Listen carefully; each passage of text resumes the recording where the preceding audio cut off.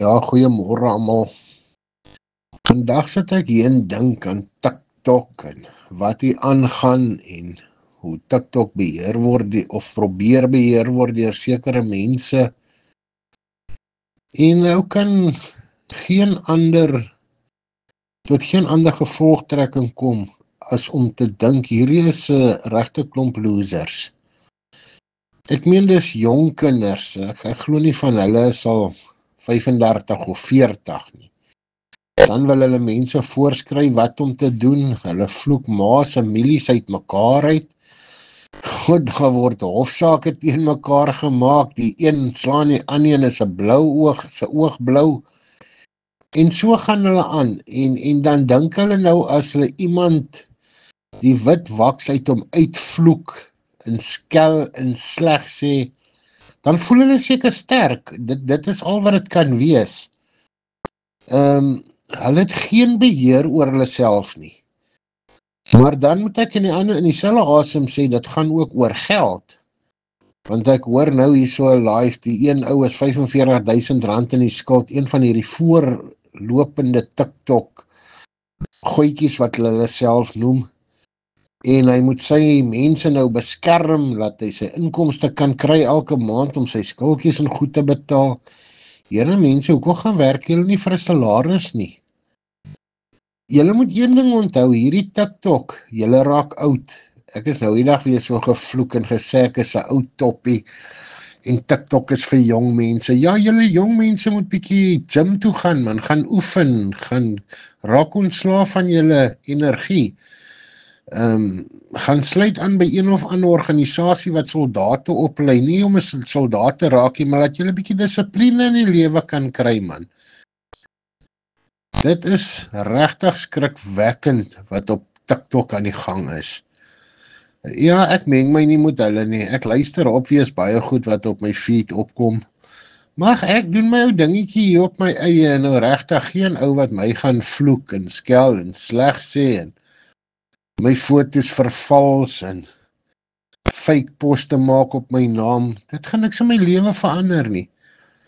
50 jaar terug toe ek beginne werk het ek al my lewe beplan. Vandag pluk ek die vrugte.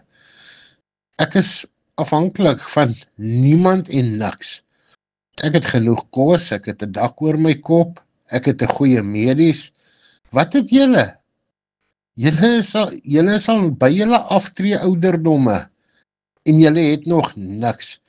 Ja, ek weet julle gaan nou sê, ag, ek het 3 miljoen in die bank en ek het 5 huise. En ek sit in Amerika, ek maak groter geld as wat jy jou lewe lank gemaak het, maak ek in 1 maand. Good luck for you. Want ek weet jy praat snert.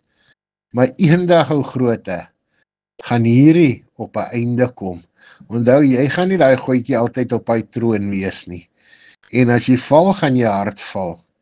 Los hierdie goeie van 'n gevloekery, jy maak nie eers meer 'n TikTok oop, of al kom jy eers een op jou feed, waar mense nie in mekaar se hare is en uit mekaar uit gevloek en geskel word nie. So, raak kalm, man. Sterk wees, gaan jou nêrens in die wêreld bring nie. En hierdie vrouens wat so in hierdie manne se broekspypies hang wat so aangaan. Yes, mense. Hou wil die kinders hier insleepie, maar die Here moet julle behoed dat julle nie eendag kinders gaan hê wat in daai omstandighede gaan groot word nie. Want weet julle wat nie, kom kyk hier waar ek bly in hierdie woonstelle rondom ons. Inteendeel, ek dink in julle dorpe is sulke plekke. Daai drakposts, daar waar hulle so met mense se goed steel, kameras en selfone en gaan pond vir draks. Jy meneer, jy mevrou, jou kind wat jy so groot maak, is op pad soontoe. Verander julle lewens en kry dissipline in julle lewe. Want wat julle op die oomblik doen is, julle vermoor julle eie gesinne en jou toekoms. En ag, as julle nou op die haatgroepie wil pos van my, ek het gister opdrag gegee, ek wil nie eens meer daai poste sien nie. Ek het 'n blok skoon gemaak van iemand wat baie mooi gevra het. Ek gaan nou nie eens name noem nie, baie mense sal weet wie dit is. En dis ek.